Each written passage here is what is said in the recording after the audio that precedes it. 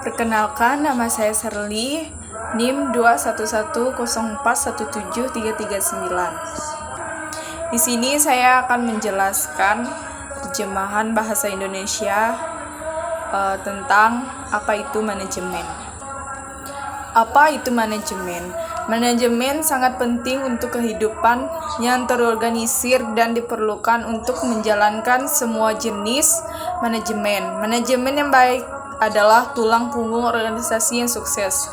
Mengelola kehidupan berarti menyelesaikan sesuatu untuk mencapai tujuan hidup dan melalui orang lain untuk mencapai tujuannya.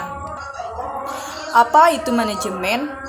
Manajemen adalah seni atau bisnis, akan terus menjadi bahan perdebatan. Namun, sebagian besar pemikiran manajemen setuju bahwa beberapa bentuk latar belakang manajemen akademis formal membantu dalam mengelola dengan sukses.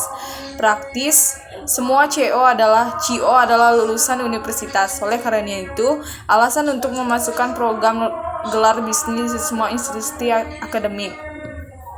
Manajemen adalah seperangkat prinsip yang berkaitan dengan fungsi perencanaan, perorganisasian, pengarahan, dan pengendalian.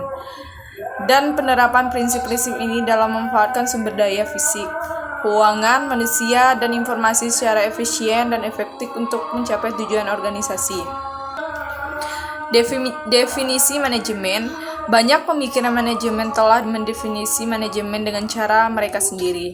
Sebagai contohnya, Van Vleet dan Peterson mendefinisikan manajemen sebagai serangkaian kegiatan yang diarahkan pada pemanfaatan sumber daya yang efisien dan efektif dalam mengejar salah satu atau lebih tujuan. McKinson, Monsland, dan Petri mendefinisikan manajemen sebagai bekerja dengan sumber daya manusia, keuangan, dan fisik untuk mencapai tujuan organisasi dengan melakukan fungsi perencanaan, perorganisasian, memimpin, dan mengendalikan.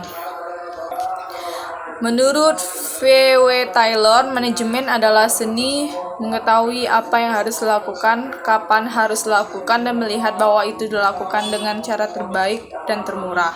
Menurut Harold Kohns, manajemen adalah seni untuk menyelesaikan sesuatu melalui dan dengan orang-orang dalam kelompok terorganisasi secara formal. Ini adalah seni menciptakan lingkungan di mana orang dapat melakukan dan individu dan dapat bekerja sama menuju pencapaian tujuan kelompok.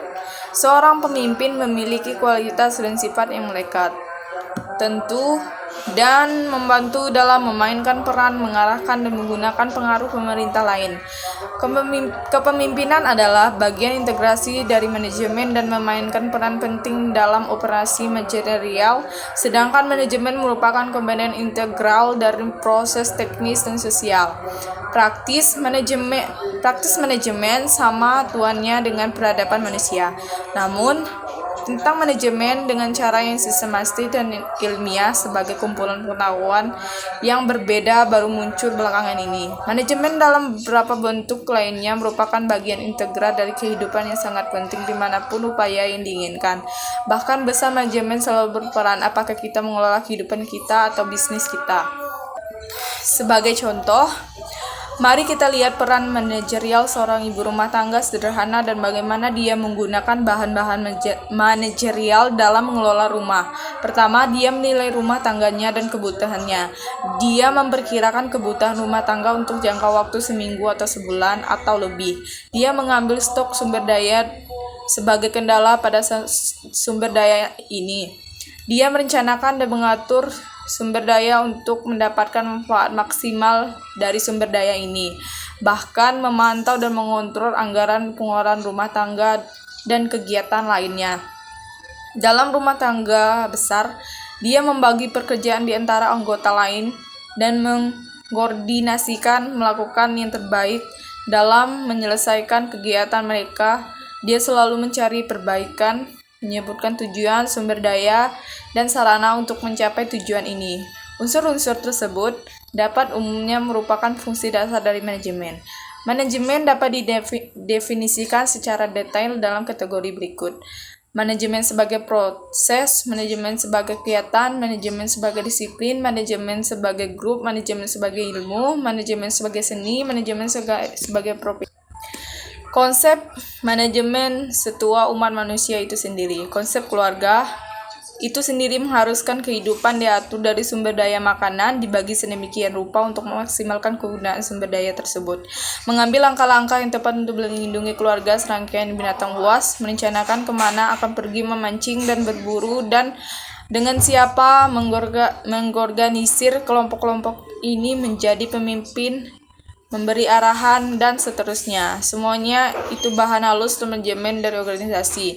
Sebuah studi dari berbagai orang di seluruh dunia menunjukkan contoh yang baik dari struktur organisasi dan evolusi organisasi departemen store besar di kota modern melayani kebutuhan sama dengan cara yang sama, yaitu menyatukan barang-barang yang dibutuhkan orang. Sementara organisasi kesukuan bersifat sederhana, organisasi modern jauh lebih canggih dan kompleks dengan banyak inovasi teknologi. Namun bentuk dasar manajemen dan struktur organisasi tampaknya sudah ada sejak aktivitas manusia terorganisir.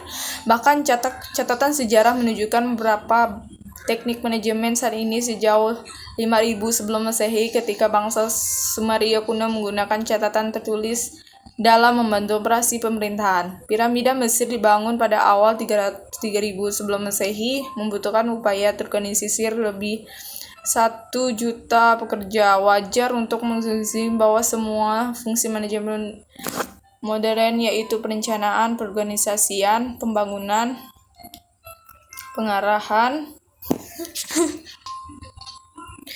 Demikian pula Peter Drucker, otoritas manajemen terkenal dengan menekankan pentingnya manajemen untuk kehidupan sosial. Dia menyatakan hampir 25 tahun yang lalu bahwa manajemen yang efektif menjadi sumber daya utama negara-negara maju, dan itu adalah sumber daya yang paling dibutuhkan untuk negara-negara berkembang.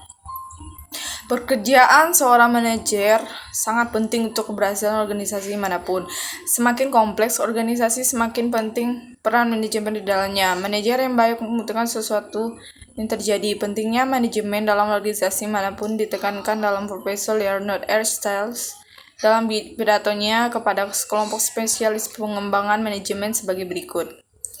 Kita harus menemukan cara untuk meyakinkan masyarakat secara keseluruhan dan mereka yang melatih para manajer khususnya bahwa masalah kepemimpinan yang sebenarnya dari lembaga kita menyelesaikan sesuatu, mengimplementasikan dan mengembangkan konsensus sebagai keputusan yang tepat waktu yang kemudian di mana tindakannya. Meskipun kita sebagai masyarakat belum saja untuk memberikan banyak penghargaan kepada manajer, saya berharap kita dapat bergerak menuju penghargaan kepada manajer. Manajemen kepemimpinan adalah salah satu tugas yang paling penting dari masyarakat kita. Dengan demikian, mereka layak mendapatkan status profesional berkaitan dengan bidang pengetahuan yang lebih terjana. Pada dasarnya, ada 5 fungsi utama manajemen ini adalah perencanaan, perorganisasian, pegawaian, pengarahan, pengendalian. Fungsi pengendalian terdiri dari koordinasi, pelaporan, dan penganggaran. Dan karena fungsi pengendalian dapat dipecah menjadi 3 fungsi terpisah ini, berdasarkan ketujuh fungsi tersebut, Luther Gulick menciptakan kata POSDCORB yang secara umum mewakili inisial dari ketujuh fungsi tersebut, yaitu P singkatan planning, O berarti organizing, S berarti starting, D berarti directing, CO berarti coordination, R berarti pelaporan, dan B untuk penganggaran. Tapi perencanaan, pengorganisasian, pegawaian, pengarahan, dan pengendalian ini adalah fungsi manajemen yang diakui secara luas. Yang pertama, perencanaan atau planning.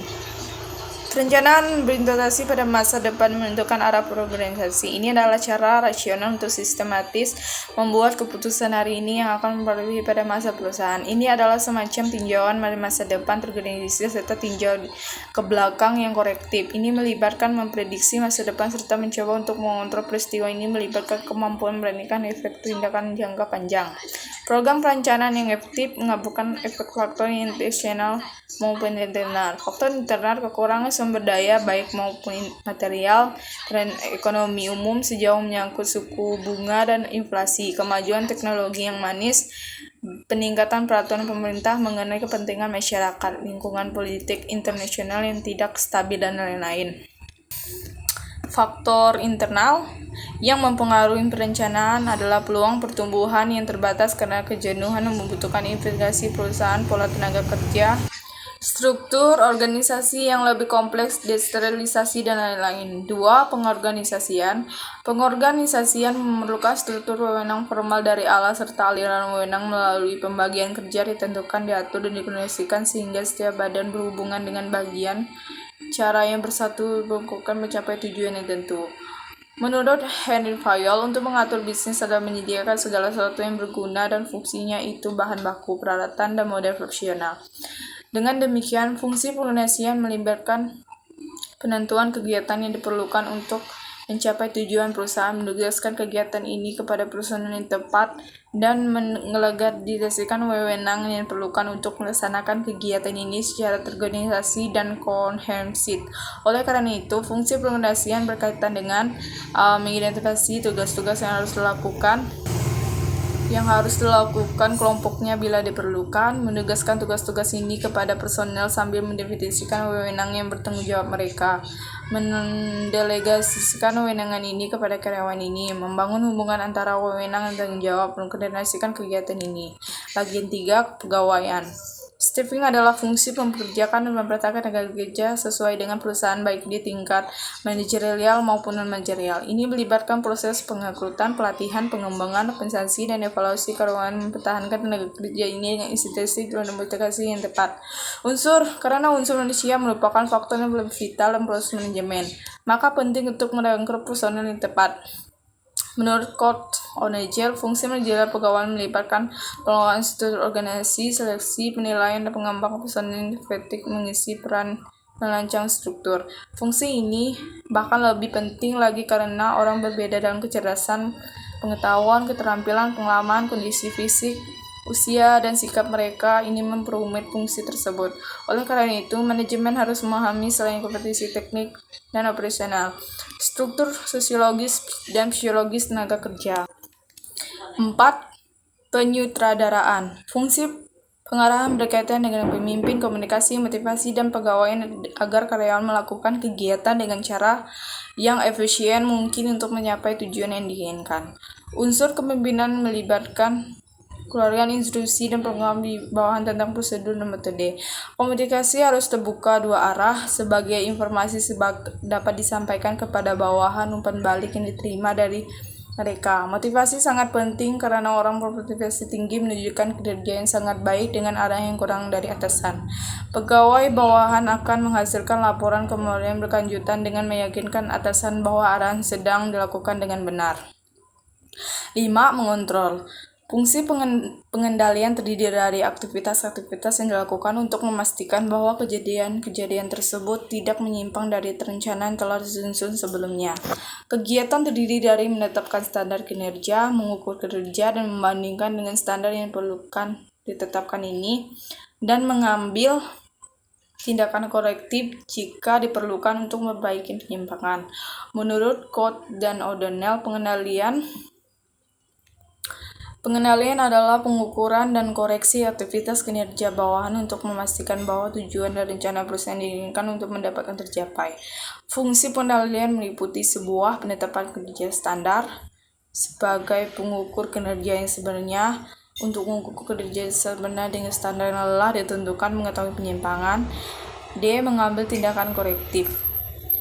Kelima, fungsi manajemen ini saling terikat erat, namun fungsi-fungsi ini tidak dapat dibedakan dan hampir tidak dapat dikenali di tempat kerja. Namun penting untuk menempatkan setiap fungsi secara terpisah ke dalam fokus dan menanganinya.